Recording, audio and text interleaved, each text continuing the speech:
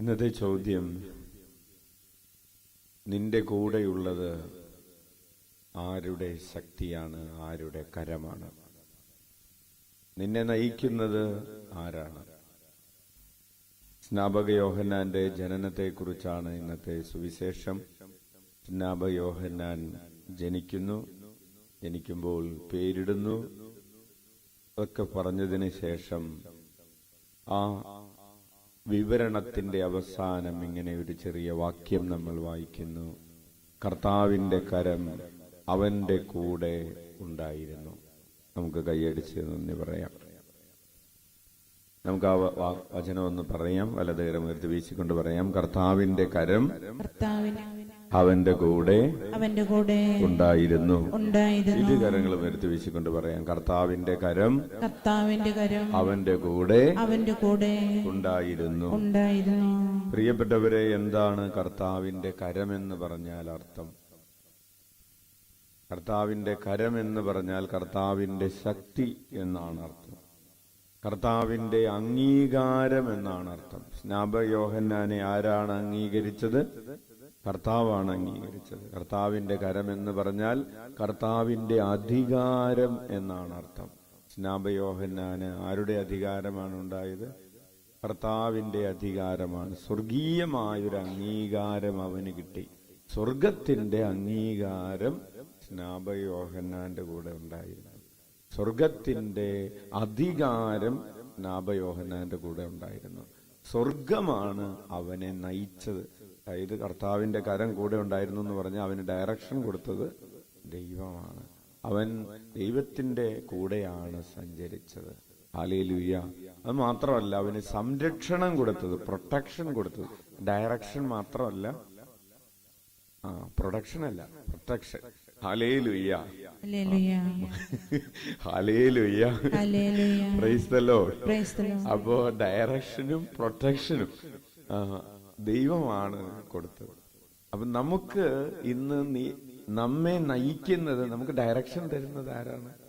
ചേച്ചി പറഞ്ഞത് ശരിയാണ്, പ്രൊഡക്ഷനും കർത്താവ് തന്നെയാണ്.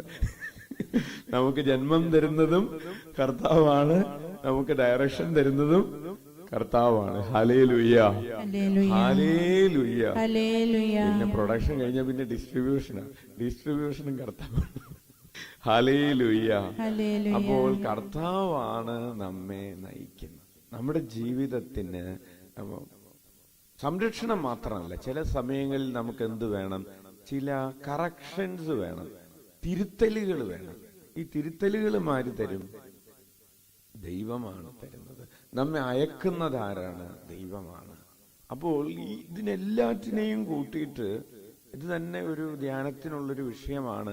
കർത്താവിന്റെ കരം എന്ന് പറയുന്ന ഒരു ധ്യാനം.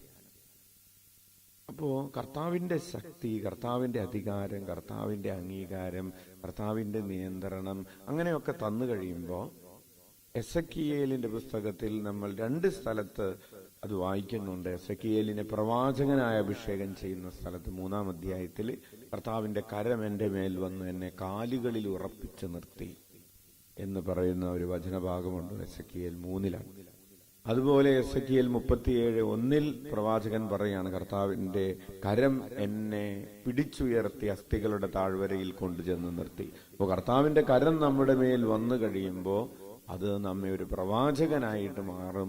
നമ്മൾ പറയുന്ന വാക്കുകൾക്ക് അപരന് ജീവൻ നൽകാൻ കഴിയുന്ന വാക്കുകളായിട്ട് മാറും. പരിശുദ്ധ അമ്മയോട് മാലാഖ പറഞ്ഞു, കർത്താവ് എന്റെ കൂടെ, കർത്താവ് നിന്നോട് കൂടെ എന്ന് പറയുന്ന ഒരു സാഹചര്യമാണ് കർത്താവിന്റെ കരം എന്റെ മേൽ വന്നു എന്ന് പറയുന്ന സാഹചര്യം. കർത്താവിന്റെ കരം എന്റെ കൂടെയുണ്ട് എന്ന് പറയുന്നത്. കൈയടിച്ച് നമുക്ക് നന്ദി പറയാം.